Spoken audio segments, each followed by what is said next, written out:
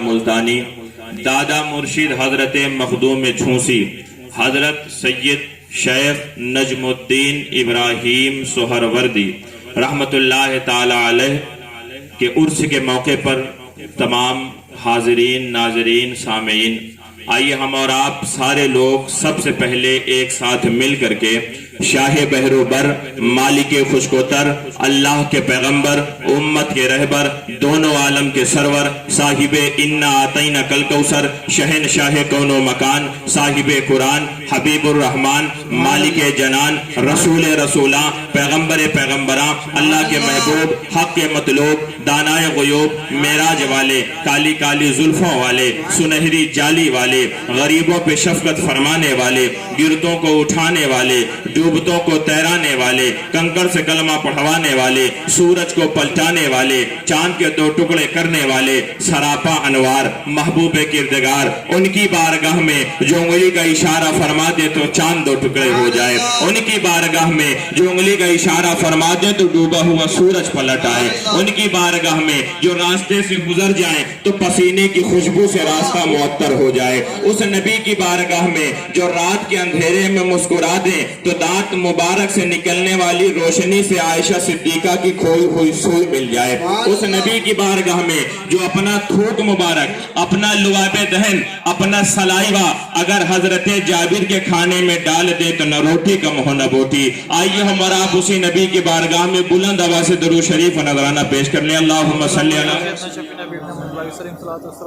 رسول اللہ صلی اللہ علیہ وسلم یہ اس آقا کا دربار ہے اس مخدوم کا دربار ہے کہ جن کے مریدوں میں مخدوم چھوسی جیسے ولی شامل ہیں یہ اس راجہ کا دربار ہے یہ اس مہاراجہ کا دربار ہے کہ جن کے مریدوں میں خواجہ کڑک شاہ ابدال جیسے ابدال شامل ہیں ان کا ماننے والا ان کا نام سن کر کے کبھی خاموش نہیں رہ سکتے تو جب بھی کوئی بات اچھی لگے سبحان اللہ کی صدائیں دے دیا کریں پڑھے اللہم صلی اللہ سیدنا سید نجم الدین ابراہیم کے عرس کی تو میں کوشش کروں گا کہ حضرت سید نجم الدین ابراہیم پر بھی کچھ روشنی ڈالوں اور میلاد مصطفیٰ بھی بیان کر دوں میں نے درود پاک پڑھوایا کچھ لوگ کہتے ہیں کہ درود جو پڑھتے ہیں ہندوستان کی زمین سے وہاں مدینے میں اتنی دور آقا تمہارے درود کو سنتے ہیں یا نہیں سنتے میں کہتا ہوں اوپن دلال الخیرات شریف page number 45 when Prophet sallallahu alaihi wasallam was asked about the condition of درود and salam sent to him Prophet the companion of Prophet sallallahu alaihi wasallam was God,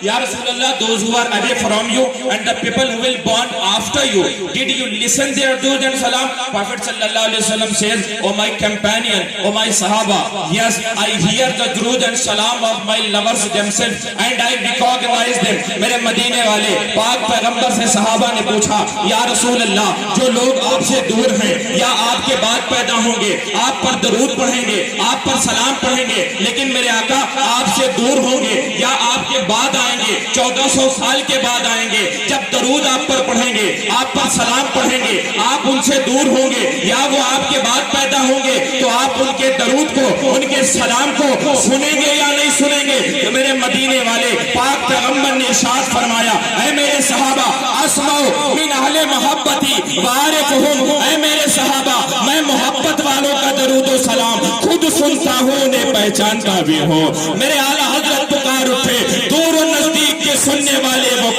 کانے لالے کرامت پہ لاکھوں سلام اور کوئی غیب کیا تم سے نہا ہو بھلا جب نہ خدا ہی چھپا تم پہ کروڑوں جب نہ خدا ہی چھپا تم پہ کروڑوں درود زرخانی شریف اوپن زرخانی شریف جلد ویلوم نمبر 2 جلد number 2 once prophet sallallahu alaihi wasallam was about the companion sallallahu alaihi wasallam حضور اکرم صلی اللہ علیہ وسلم نے اپنے صحابہ کرام سے پوچھا او مائی کمپینین او مائی صحابہ جو listen what I am hearing اے میرے صحابہ کیا تم لوگ وہ سن رہے ہو جو میں سن رہا ہوں یہاں پر لوگ کہتے ہیں حضور تو ہماری طرح میں کہتا ہوں صحابی حضور کی طرح نہیں تو وہابی حضور کی طرح کیسے ہو سکتا ہے ارے جب صحابی کا سننا نبی کی طرح نہیں تو وہابی کیسے نبی کی طرح سن سکتا ہے حضور فرماتے ہیں میرے صحابہ تم لوگ وہ سن رہے ہو جو میں سن رہا ہوں صحابہ کہتے ہیں حضور ہم لوگ تو کچھ نہیں سن رہے we are not listening to anything حضور ہمیں تو کچھ نہیں سنائی دے رہا میرے مدینے والے پاک پیغمبر نے ارشاد فرمایا اے میرے صحابہ تمہیں تو کچھ نہیں سنائی دے رہا تم تو کچھ نہیں سن رہے لیکن اسمعوا عتیت السماء اے میرے صحابہ تمہیں تو کچھ نہیں سنائی دے رہا لیکن میں محمد زمین پر بیٹھ کر کے آسمان چرچرانے کی آواز کو بھی سن رہا ہوں. ارے میں کہتا ہوں جو نبی زمین پر بیٹھ کر کے آسمان چرچرانے کی آواز کو سن سکتا ہے وہ نبی مدینے میں رہ کر ہمارا یا نبی سلام علیکہ بھی سن سکتا ہے, یا رسول سلام علیکہ بھی سن سکتا ہے. اور کوئی غیب کیا تم سے نہا ہو بھلا جب نہ خدا ہی چھپا تم پہ کروڑوں, جب نہ خدا ہی چھپا تم پہ کروڑوں درود. میرے ملت کے نوجوان اور میرے دوست اور بزرگوں, یہ ایک بات تھی جو میں نے ضمناً آپ حضرات کے سامنے عرض کر دی. میلاد مصطفیٰ کے متعلق بھی عرض کرنا ہے, حضرت سیدنا سرکار نجم الدین ابراہیم کے بارے میں بھی عرض کرنا ہے.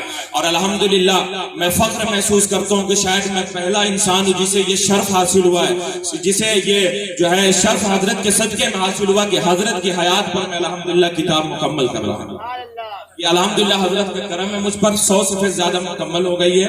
رسالہ صدیقیہ در احوال نجم سہروردیہ میری کتاب کا نام انشاءاللہ تعالی جلد حضرت سید نجم الدین ابراہیم رحمۃ اللہ تعالی علیہ کی حیات پر آئے گی آپ حضرات کے سامنے, اور اس میں حضرت کے احوال آپ انشاءاللہ تعالی پڑھیں گے. میں نے بہت ساری باتوں کا بھی اس میں جواب دیا. کچھ لوگ کہتے ہیں کہ یہ حضرت جب سید ہے تو شیخ کیوں ان کے نام کے ساتھ لگتا ہے, پھر جب شیخ اگر ہے تو سید نام کے ساتھ کیوں لگتا ہے. تو دراصل بات یہ ہے حضرت سیدنا سرکار نجم الدین ابراہیم یہ سید ہیں, اور ایسے سید ہیں کہ صرف 14 واسطے سے امام موسیٰ کاظم کی اولاد ہوتے ہیں. اور شیخ نام کے ساتھ اس لیے لگتا ہے کہ شیخ ولایت کا ایک درجہ ہے جو بہت بڑا درجہ ہے ولایت کا.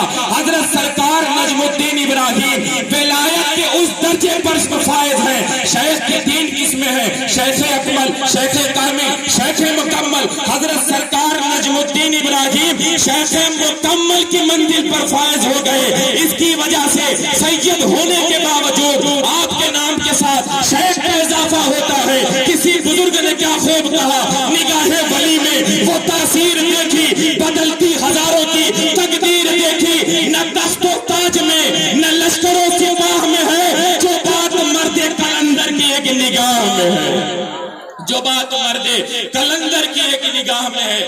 حضرت سیدنا سرکار سید نجم الدین ابراہیم کا مقام اور مرتبہ بہت بلند ہے, بہت بالا ہے. آئیے میں ان کے مرید نہیں بلکہ ان کے مرید کی بات بتاتا ہوں. حضرت سیدنا ابو الباکر شابان ملت بیابانی مخدوم جھوسی رحمت اللہ تعالی علیہ. اور آپ اندازہ لگا لینا کہ جس کے مرید کی طاقت کا یہ عالم اس سرکار نجم الدین کی طاقت کا کیا عالم. آپ اندازہ لگائیں. حضرت سیدنا مخدوم جھوسی علی مرتضی شابان ملت بیابانی رحمت اللہ تعالی علیہ جب حضرت کے مرید حضرت سید منہاج الدین حاجی الحرمین کے حکم پر جب جھوسی شریف گئے, اور حضور کا بھی حکم تھا, جب آپ قلعہ کے سامنے اپنی اقامت آپ نے اختیار کی, اپنا خیمہ آپ نے نصب فرمایا, رات کے حضرت سید شابان ملت بیابانی مخدوم جھوسی رحمت اللہ تعالی علیہ جب جھوسی شریف آئے اور بادشاہ کے قلعہ کے سامنے جب آپ نے اپنا خیمہ نصب فرمایا, اور جب اذان کا وقت ہوا تو آپ کے ایک ساتھی نے اذان دی. جب اذان کی آواز بادشاہ کے کان میں پہنچی, اس نے توہین کرتے ہوئے کہا, یہ ملچ کہاں سے آ گیا ہے, اسے یہاں سے کہو چلا جائے ورنہ انجام برا ہوگا. راجہ کے سپاہی آئے, کہنے لگے آپ یہاں سے چلے جائیں, راجہ کا حکم ہے. حضرت کے مرید مخدوم جھوسی نے کہا, اس سے جا کر کے کہہ دو میں حضور کے حکم سے آیا ہوں, اپنے پیر کے حکم سے آیا ہوں, میں راجہ کے حکم سے آیا نہیں ہوں کہ اس کے حکم سے چلا جاؤں گا. میں اس کے حکم سے نہیں آیا ہوں کہ اس کے حکم سے چلا جاؤں گا. اس سے جا کر کہہ دو میں نجم الدین ابراہیم کے مرید اور ان کے خلیفہ منہاج الدین حاجی الحرمین کے کہنے سے جھوسی.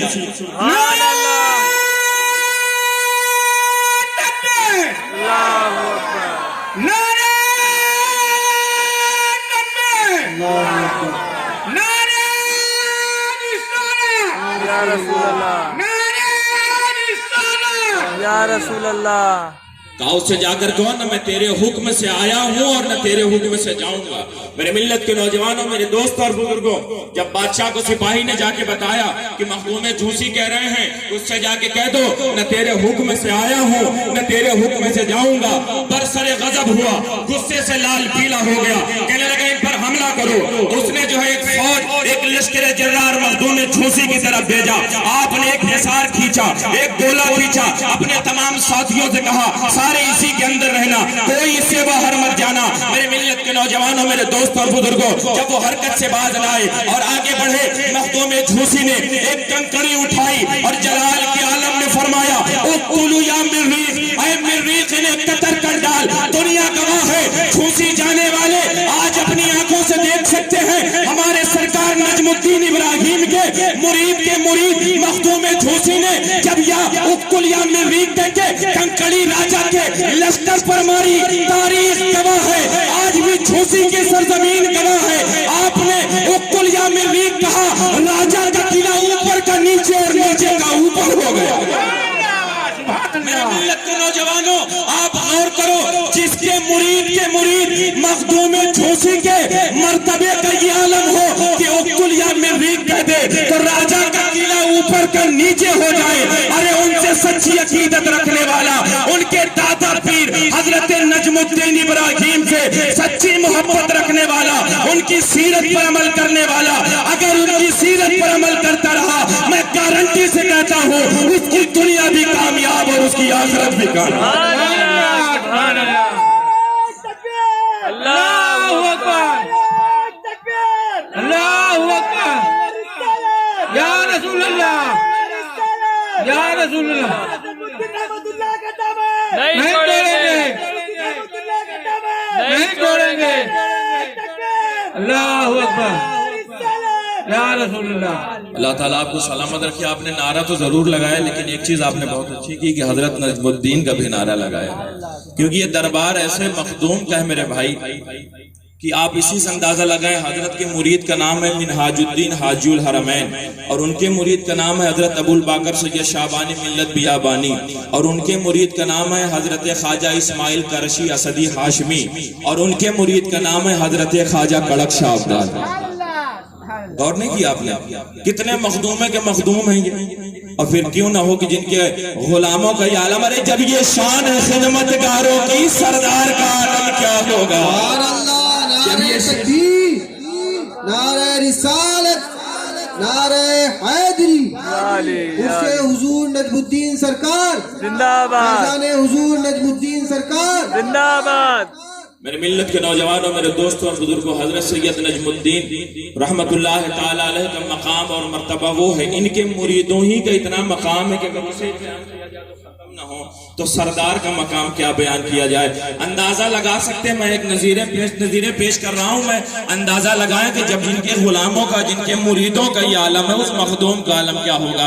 حضرت سید شعبان ملت مخدوم جھوسی جو حضرت کے مرید ہیں، وہ کہتے ہیں میرے پیر و مرشد یعنی حضرت کے جو مرید تھے حضرت منہاج الدین حاجی الحرمین، جن کا مزار بصرہ عراق میں حضرت حسن بصری کے بغل میں ہے، کہتے ہیں میں ان کے پاس گیا، میں نے کہا حضور، اب یہ ذرا سے غور کرنا کہ حضرت کے مرید اور ان کے مرید کی بات ہو رہی، اندازہ لگانا کتنا بڑا مرتبہ اور اللہ نے کیا مقام دیا، ولایت کی کس منزل پر حضرت فائز ہیں، اندازہ لگانا۔ مخدوم جھوسی کہتے ہیں میں اپنے پیر و مرشد حضرت حاجی الحرمین کے پاس گیا، میں نے کہا حضور میں حج کرنے کے لیے جا رہا ہوں، اجازت ہے؟ آپ نے فرمایا بیٹا کیا حج کرتا رہتا ہے، یہ دیکھ کعبہ تیرے پیر کے آستین میں موجود ہے، یہ دیکھ کعبہ تیرے پیر کے آستین میں موجود ہے۔ میں کہتا ہوں جن کے مریدوں کے مقام کا یہ عالم ہو کہ بہار کی سرزمین پر بیٹھ کر کے مکہ کو بے حجاب دیکھیں، اس مخدوم سوڑا کے مرتبے کا عالم کیا ہوگا، ان کے مقام کا عالم کیا ہوگا۔ میرے ملت کے نوجوانوں، میرے دوستوں اور بزرگوں، آپ اسی سے اندازہ لگائیں، کیونکہ محفل ہے میلاد مصطفیٰ کی، تو میں میلاد مصطفیٰ کے متعلق بھی کچھ، چونکہ وقت بھی کافی ہو رہا ہے، میں عرض کر دوں میلاد مصطفیٰ صلی اللہ علیہ وسلم کے متعلق۔ اچھا میں ایک سوال کرتا ہوں، آپ یہ بتائیں ہمارے حضور صلی اللہ علیہ وسلم کس مہینہ میں پیدا ہوئے؟ بتائیں، ربیع الاول کے مہینہ میں۔ اچھا اللہ تعالیٰ اگر چاہتا، میں آپ کی توجہ کا طالب ہوں، ایک پوائنٹ آپ کے ذہن میں جو میں رکھنا چاہتا ہوں، ربیع الاول کے مہینے میں ہمارے حضور پیدا ہوئے. اچھا اگر اللہ پاک چاہتا تو اپنے محبوب کو محرم میں پیدا کر دیتا. بھائی محرم تو بہت فضیلت والا مہینہ ہے نا. اچھا یہی محرم کی 10 تاریخ ہے کہ حضرت آدم علیہ السلام جنت سے زمین پر اتارے گئے. اسی 10 تاریخ کو آپ کی توبہ قبول ہوئی. اسی 10 تاریخ کو حضرت سلیمان علیہ السلام کو بادشاہت ملی. حضرت جو ہے موسیٰ علیہ السلام کو فرعون سے نجات ملی. بہت سارے واقعات ہوئے. تو اللہ چاہتا تو اپنے نبی کو محرم کے مہینے میں پیدا کر دیتا، لیکن ربیع الاول ہی کے مہینے میں کیوں پیدا کیا؟ اللہ چاہتا تو رمضان کے مہینے میں پیدا کر دیتا، لیکن اللہ پاک نے اپنے محبوب کو ربیع الاول ہی کے مہینے میں کیوں پیدا کیا؟ تو میرے ملت کے نوجوانوں، حضرت شیخ عبدالحق محدث دہلوی ارشاد فرماتے ہیں مدارج النبوت جلد نمبر 2 میں کہ اللہ پاک اگر اپنے محبوب کو محرم کے مہینے میں پیدا کرتا یا ربیع الاول کے مہینے یا جو ہے رمضان کے مہینے میں پیدا کرتا، تو چونکہ ان مہینوں کی پہلے سے فضیلت موجود ہے تو کسی کی ذہن میں یہ سوال آ سکتا تھا کہ اللہ نے حضور کو جو مرتبہ دیا ہے وہ محرم کی وجہ سے دیا ہے یا رمضان کی وجہ سے دیا ہے؟ اللہ نے اپنے محبوب کو ربیع الاول کے مہینہ میں اس لیے پیدا کیا تاکہ دنیا جان جائے کہ مہینے کی وجہ سے نبی کو مرتبہ نہیں ملا بلکہ نبی کی وجہ سے مہینہ کو مرتبہ ملا. سبحان اللہ سبحان اللہ. اعلیٰ حضرت فرماتے ہیں وہ نہ تھے تو کچھ نہ تھا، وہ نہ ہو تو کچھ نہ ہو. جان ہے وہ جہان کی اور جان ہے تو جہان ہے اور جان ہے تو جہان. یہ میرے ملت کے نوجوانوں، میرے دوستوں اور بزرگوں، حضرت حضور اکرم صلی اللہ علیہ وسلم کو جو ہے ربیع الاول کے مہینے میں پیدا کرنے کی مسئلہ. اچھا ہمارے حضور صلی اللہ علیہ وسلم 12 ربیع الاول کو کس وقت پیدا ہوئے؟ صبح صادق کے وقت. اللہ تعالیٰ آپ کو سلامت رکھے. صبح صادق وقت حضور پیدا ہوئے. اللہ پاک چاہتا تو فجر کے بعد پیدا کر دیتا، ظہر کے بعد پیدا کر دیتا، عصر کے بعد پیدا کر دیتا، عشاء کے بعد پیدا کر دیتا. لیکن اگر اللہ پاک اپنے محبوب کو فجر کے بعد یا ظہر کے بعد یا عصر کے بعد پیدا کرتا تو حضور کی ولادت سے دن کو تو شرف مل جاتا لیکن رات محروم ہو جاتی، اور مغرب کے بعد یا عشاء کے بعد پیدا کرتا تو جو ہے رات کو تو شرف مل جاتا، دن محروم ہو جاتا. اللہ نے اپنے محبوب کو صبح صادق وقت پیدا کیا تاکہ نبی کی برکت سے نہ دن محروم ہونے پائے نہ رات محروم. سبحان اللہ. میں نے جب اس کو بیان کیا تو ایک صاحب نے کہا کہ اگر یہی اللہ کی مصلحت تھی کہ دن کو بھی شرف ملے رات کو بھی شرف ملے تو اللہ تعالیٰ اپنے محبوب کو مغرب کے بعد پیدا کر دیتا. کیونکہ جس طرح صبح صادق کے وقت کچھ اندھیرا کچھ اجالا ہوتا ہے، اسی طرح مغرب کے وقت بھی کچھ اندھیرا کچھ اجالا ہوتا ہے، دونوں میں وہی صورت ہے. تو اللہ پاک نے اپنے محبوب کو جو ہے صبح صادق وقت پیدا کیا، مغرب کے وقت کیوں نہیں پیدا کیا؟ تو سنیں میرے ملت کے نوجوانوں، اللہ پاک نے اپنے محبوب کو صبح صادق کے وقت اس لیے بھیجا اور مغرب کے وقت اس لیے نہیں بھیجا کہ مغرب کے وقت اجالا جا رہا ہوتا ہے، اندھیرا آ رہا ہوتا ہے، اور صبح صادق کے وقت جو ہے وہ اندھیرا جا رہا ہوتا ہے، اجالا آ رہا ہوتا ہے، تاکہ دنیا جان جائے کہ اب ظلم و ستم کے اندھیرے چھٹیں گے اور لوگوں کے سینے ایمان کے نور سے منور ہو جائیں. نعرہ تکبیر، نعرہ رسالت، نعرہ حیدری. بحر الانصاب میں نے دیکھا، میرے پاس فارسی ورژن بھی اور عربی بھی الحمدللہ. حضرت کے کئی کرم ہے کہ میرے پاس الحمدللہ وہ کتابیں موجود ہیں تاریخ کی میں یہ تو نہیں کہہ سکتے کہ ناممکن ہے ملنا، لیکن مشکل ضرور ہے، جسے میں نے 4 سال کی محنتوں میں حاصل کیا. بحر الانصاب میں نے دیکھا کہ اس میں لکھا تھا کہ حضرت کا سلسلہ نسب 14 واسطوں سے امام موسیٰ کاظم تک پہنچتا ہے. امام موسیٰ کاظم، اور امام موسیٰ کاظم امام محمد باقر، امام زین العابدین، امام جعفر صادق، امام محمد باقر، امام زین العابدین، اور وہ بیٹے ہیں سرکار امام حسین کے. اب ان کا بھی کچھ تذکرہ ہو جائے میرے ملت کے نوجوانوں، میرے دوستوں اور بزرگوں. اگر آواز بڑھ جائے تھوڑا سا تو آواز بڑھا دیں. درود شریف پڑھیں صلی اللہ علیہ نبی الامی علیہ صلی اللہ علیہ وسلم. صلاۃ و سلام علیک یا رسول اللہ صلی اللہ علیہ وسلم. آپ اندازہ لگا لیں کہ جس خاندان سے ہمارے سرکار نجم الدین ابراہیم تعلق رکھتے ہیں وہ خاندان کتنا بلند اور کتنا بالا ہے، اس کی شان کیا ہے. میرے ملت کے نوجوانوں، حضرت مالک بن دینار کہتے ہیں کہ میں ایک بار ایک جنگل سے گزرا تو کہتے ہیں میں نے دیکھا، اس واقعے کی چونکہ فرمائش بھی تھی اس لیے بھی میں عرض کر رہا ہوں اور حضرت سے مناسبت بھی ہے. کہتے ہیں جب میں جو ہے جنگل سے گزرا، اچھا آپ کی توجہ ہے یا نہیں؟ سن رہے ہیں نا؟ ہاں مجھے پتا تو لگے کہ آپ سن رہے ہیں. کہتے سبحان اللہ ماشاءاللہ. تو حضرت مالک بن دینار کہتے ہیں کہ جب میں جنگل سے گزرا تو میں نے دیکھا کہ ایک چھوٹی عمر کا بچہ 7 یا 8 سال کی عمر اس کی ہے اور وہ بچہ جنگل میں لکڑیاں کاٹ رہا ہے اور رو رہا ہے. کہتے ہیں مجھے بہت ترس آئی کہ بھائی یہ چھوٹا سا بچہ 7-8 سال کی عمر، اس کے ماں باپ پتہ نہیں کیسے ظالم ہیں، خود بستی میں ہیں، اپنے بچے کو جنگل بھیج دیے. چھوٹی سی عمر 8-9 سال کا بچہ لکڑیاں کاٹ رہا ہے. کہتے ہیں میں اس کے قریب جب گیا تو میرے دل میں یہ ارادہ ہوا کہ میں اس کو سلام کر لوں. کہتے پھر میرے دل میں یہ ارادہ آیا، اسے کیا سلام کرنا، یہ چھوٹا سا بچہ ہے، اسے کیا سلام کرنا. کہتے پھر خیال آیا کہ اے مالک بن دینار سلام کر لو، اس لیے کہ سلام کرنا کسی دنیا دار کی نہیں، مدینے کے تاجدار کی سنت ہے، مدینے کے تاجدار کی سنت ہے.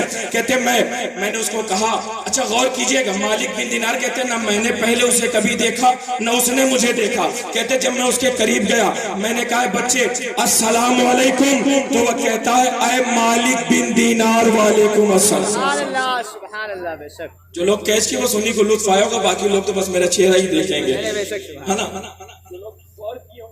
تو مالک بن دینار نے کہا، اور پھر سے بتا رہا ہوں، مالک بن دینار نے کہا میں نے اس کو کبھی نہیں دیکھا تھا، اس نے مجھے بھی کبھی نہیں دیکھا تھا، میں یہ دیکھ رہا ہوں کہ ایک بچہ ہے.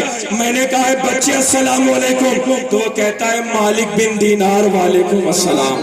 کہتے میرے پیر کے نیچے کی زمین کھسک گئی، میں نے تو اسے کبھی نہیں دیکھا، یہ مجھے کیسے جانتا ہے. کہنے لگے میں نے سوچا لاؤ اس بچے کے امتحان لوں. لیکن کہتے میں نے اس سے پوچھا اے بچے یہ بتا تو تیرے ماں باپ کتنے بڑے ظالم ہیں، وہ خود بستی میں ہیں اور تجھے یہاں جنگل میں لکڑیاں کاٹنے کے لیے بھیج دیے. اس بچے نے کہا اے مالک بن دینار اپنی زبان کو سنبھال کر بات کرنا، میرے ماں باپ ظالم نہیں بلکہ میرا باپ اتنا غریب ہے، میرے باپ کی غریبی مجھ سے دیکھی نہیں جاتی. میں یہاں باپ کے مجبور کرنے پر نہیں بلکہ اپنے باپ کی مدد کرنے کے لیے آتا ہوں. وہ نوجوان جو جوانی کے نشے میں چور ماں باپ کے سامنے سینہ تان کر کے کھڑے ہوتے ہیں، وہ اس بچے سے درس حاصل کریں کہ وہ اپنے باپ کے خلاف دوسروں سے الفاظ گوارا نہیں کر رہا. اور یہاں آج ہمارا حال ہے کہ ہم اپنے باپ کے سامنے سینہ تان کر کے کھڑے ہوتے ہیں. یاد رکھو یہ جوانی بھی تمہیں اگر ملی ہے تو تمہارے ماں باپ کے صدقے ہی میں ملی ہے، جنہوں نے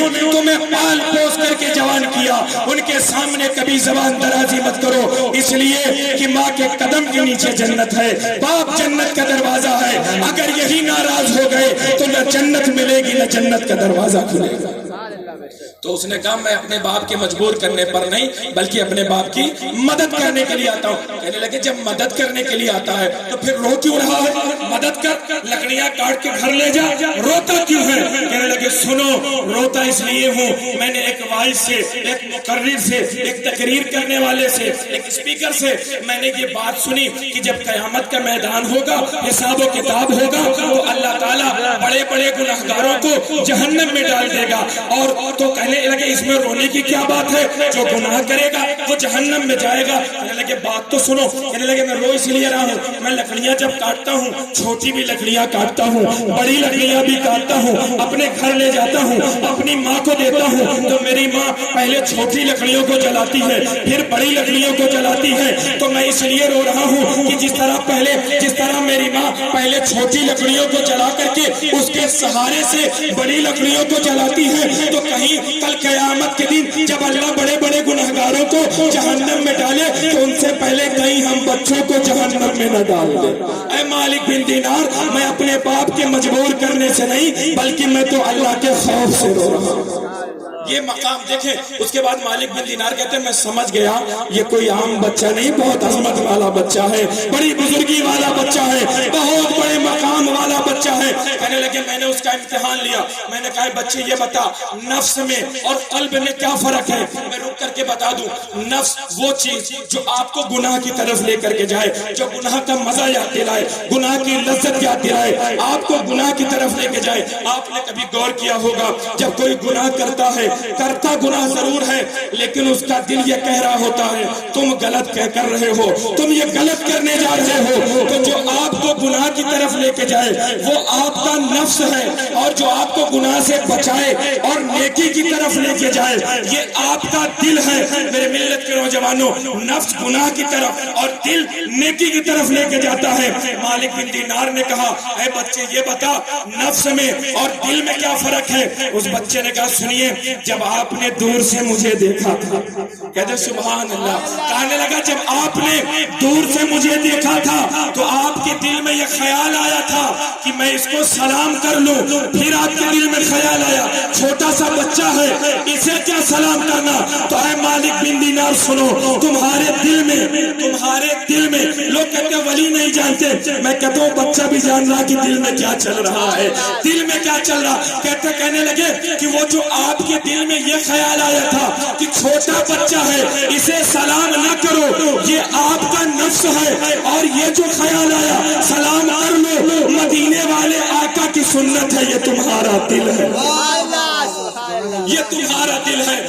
میں اپنی بات کو بہت جلدی جو ہے سمیٹ رہا ہوں میرے ملت کے نوجوانوں۔ حضرت مالک بن دینار نے اس بچے کا ہاتھ پکڑا، کہنے لگا تو اپنا نام بتا، اپنا پتہ بتا، اپنا قبیلہ بتا، آخر تو کون ہے، تیرے باپ کا کیا نام ہے؟ میرے ملت کے نوجوانوں، اس بچے نے کہا مجھے مجبور مت کیجیے، میں نہیں بتانا چاہتا، پردہ ہے پردہ ہی رہنے دے۔ کہنے لگے نہیں مجھے بتاؤ آخر تو کون ہے، کہاں کا رہنے والا ہے؟ جب مالک بن دینار نے اس بچے کو مجبور کیا تو اس نے کہا سنیے، اگر آپ نہیں مانتے تو سنیے، میں کوئی عام بچہ نہیں ہوں بلکہ میں کربلا کے شہید امام حسین کا پرپوتا جعفر صادق ہوں۔ ارے سنیے، میں جعفر صادق ہوں، میرے والد امام محمد باقر ہیں، ان کے والد امام زین العابدین ہیں، اور ان کے والد شہید کربلا امام حسین ہیں۔ سبحان اللہ، نعرہ تکبیر، نعرہ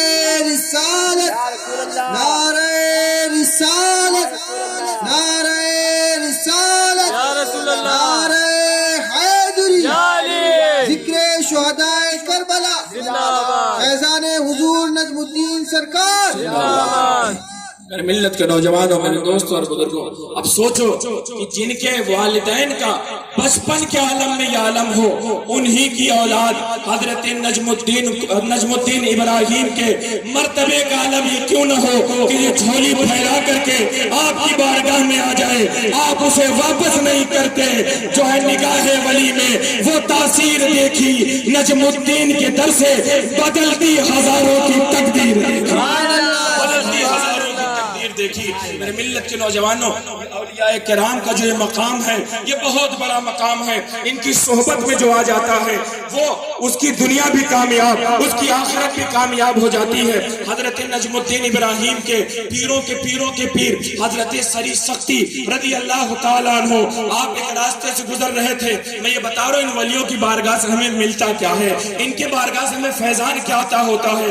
آپ کے پیران طریقت حضرت سری سختی وہ جو ہے کہیں جا رہے تھے اپنے مریدوں کے ساتھ، آپ نے دیکھا ایک شرابی شراب کے نشے میں دھت نالی کے کنارے پڑا ہوا ہے۔ جب آپ نے اسے دیکھا، غور سے دیکھا تو کیا دیکھا؟ اس کے لب ہل رہے ہیں، اس کے لب سے کچھ کہنے کی آواز آ رہی ہے۔ حضرت سری سختی رک گئے اور اس کے لبوں پر جب اپنے کان کو لگایا تو کیا دیکھتے ہیں کہ وہ شرابی شراب کے نشے میں دھت ہے، لیکن اس کے زبان سے، اس کے لب، اس کے ہونٹوں سے اللہ اللہ کی صدا آ رہی ہے، اللہ اللہ کی صدا آ رہی ہے۔ حضرت سری سختی رضی اللہ تعالیٰ عنہ ٹھہر گئے، اپنے مریدوں سے کہنے لگے پانی لے کر کے آؤ۔ پانی لا کر کے دیا گیا، آپ نے اس کے منہ کو صاف کیا، اور منہ کو صاف کرنے کے بعد آپ نے فرمایا اب صاف منہ سے، پاک منہ سے، پاک خدا کا نام لے، پاک اللہ کا نام لے۔ میرے ملت کے نوجوانوں، اتنا کہہ کر کے آپ آگے بڑھ گئے۔ میرے ملت کے نوجوانوں، جب واپس آئے رات کا اندھیرا چھایا ہوا تھا، آپ سو گئے، اور سونے کے بعد جب اٹھے تہجد کا وقت تھا، آپ نے سوچا جاؤں مسجد میں تہجد کی نماز ادا کر لوں۔ کہتے ہیں میں حیران رہ گیا، جب میں مسجد میں داخل ہوا تو میں کیا دیکھتا ہوں، جو شرابی بندہ کل شراب کے نشے میں دھت نالی کے کنارے پڑا ہوا تھا، وہ آج مجھ سے پہلے کھڑا تہجد کی نماز ادا کر رہا ہے۔ وہ مجھ سے پہلے کھڑا تہجد کی نماز ادا کر رہا ہے. میرے ملت کے نوجوانوں, حضرت سری سکتی کی حیرت کی انتہا نہ رہی. کہنے لگے اللہ یہ کیا ماجرا ہے؟ غیب سے صدا آئی, اے سری سکتی یہ مت دیکھو کہ وہ میرا گنہگار بندہ تھا. ارے وہ تو میرا گنہگار بندہ تھا, لیکن تو میرا نیک بندہ ہے, تو میرا ولی ہے. تو نے جب اس کے ہونٹوں کو صاف کیا, اس کے منہ کو اپنے ہاتھوں سے صاف کیا, وہ گنہگار ضرور تھا لیکن تو نیک ہے. میں نے تیرے ہاتھ اس کے لبوں پر لگنے کی وجہ سے اس کی بخشش اور مغفرت فرما دی ہے. میرے ملت کے نوجوانوں, آپ ذرا سوچو کہ جب ولی کا ہاتھ کسی کے چہرے پر لگ جائے تو اس کی بخشش اور مغفرت ہو جاتی ہے. تو ان ولیوں کی صحبت جنہیں عطا ہو جائے تو پھر کیوں نہ ہو کہ جب صحبت عطا ہوئی نجم الدین ابراہیم کی تو کوئی منہاج الدین بن کے چمکا, کوئی مخدوم جھوسی بن کے چمکا, کوئی بابا شیخ تقی بن کے چمکا, کوئی میر ابو الحقانی بن کر کے چمکا, کوئی خواجہ کڑک ابدال بن کر کے چمکا, کوئی خواجہ اسماعیل کرشی بن کر کے چمکا. نہ تخت و تاج میں نہ لشکر و سپاہ میں ہے جو بات مرد کلندر کی ایک نگاہ میں ہے. سبحان اللہ, نعرہ تکبیر, نعرہ رسالت, حضور نجم الدین سرکار, فیضان حضور نجم الدین سرکار. اچھا, آج یہ بھی لوگ اعتراض کرتے ہیں نا کہ بھائی مزاروں پر جاتے وہ تو 701 سال ہو رہے ہیں, کیونکہ 9 ربیع الاول شریف 741 ہجری کو حضرت کا وصال ہوا. یہ 701واں عرس ہے حضرت کے, کیونکہ 1442 ہجری چل رہی. کچھ لوگ کہتے ہیں کہ یہ جو آپ کیا کہتے ہیں ان کے مزار پر جاتے 700 سال ہو گئی, آپ کی سنتے بھی ہیں نہیں سنتے؟ میں کہتا ہوں ان سے پہلے ان کے مریدوں کے بارے میں پوچھو کہ اللہ نے انہیں کیا مرتبہ دیا. حضرت مخدوم جھوسی حضرت کے مرید اور اپنے پیر حضرت حاجی الحرمین منہاج الدین مدفون بصرہ عراق کے پاس آئے اور کہنے لگے حضور میں چلہ کرنا چاہتا ہوں. حضرت منہاج الدین حاجی الحرمین نے کہا بیٹا چلہ کئی طرح کا ہوتا ہے, 40 دن کا بھی ہوتا ہے, 40 سال کا بھی ہوتا ہے, کون سا چلہ کرو گے؟ حضرت مخدوم جھوسی نے کہا حضور جو بہتر ہو آپ فرما دیں. کہنے لگے 40 سال کا چلہ کرو.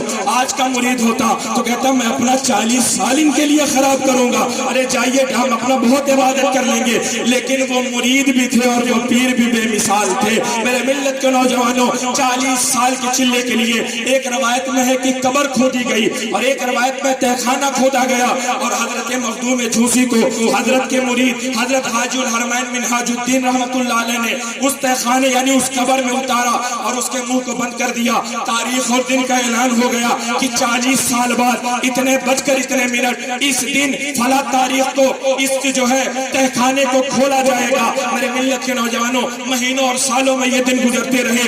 جب 40 سال کی مدت پوری ہوئی, چاروں طرف سے ازدحام ہو گیا, بھیڑ لگ گئی. میرے ملت کے نوجوانوں, جب مخدوم جھوسی کو 40 سال کے بعد اس بند قبر سے نکالا گیا, کتابوں میں آتا ہے صرف آپ کی کھال اور آپ کی ہڈی بچی تھی, لیکن ان ہڈیوں میں سے اللہ اللہ کی صدائیں آ رہی تھی. ارے سنو, جس کے مرید 40 سال تک بغیر کھائے پیے زندہ رہ سکتے ہیں, وہ میرا سرکار 1400 نہیں 14,000 سال بعد بھی ہمیں مریدوں کو فائدہ پہنچا سکتا ہے. اللہ اکبر, اللہ اکبر.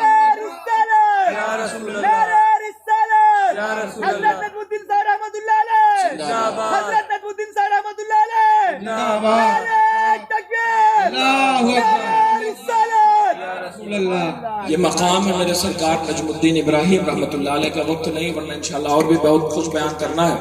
انشاءاللہ کتاب جب آئے گی تو آپ اس میں حضرت کے بارے میں بہت کچھ پڑھیں گے. اللہ نے چاہا تو خوب کی سہرے چمن پھول چنے شاد رہے, باغباں جاتا ہوں میں گلشن تیرا آباد رہے. ایک آخری پیغام میں دے رہا ہوں, ہماری تقریر کا نچوڑ میں اس شعر میں پیش کر رہا ہوں کہ دولت عشق نبی سینوں میں سجائے رکھنا, دولت عشق نبی سینوں میں سجائے رکھنا. یہ ہیرا ہے اسے لٹیروں سے بچائے رکھنا, یہ ہیرا ہے اسے لٹیروں سے بچائے رکھنا. آج جاہل بھی ہیں عالم کا لبادہ اوڑھے, ایسے ملاؤں سے ایمان بچائے رکھنا. السلام علیکم ورحمۃ اللہ.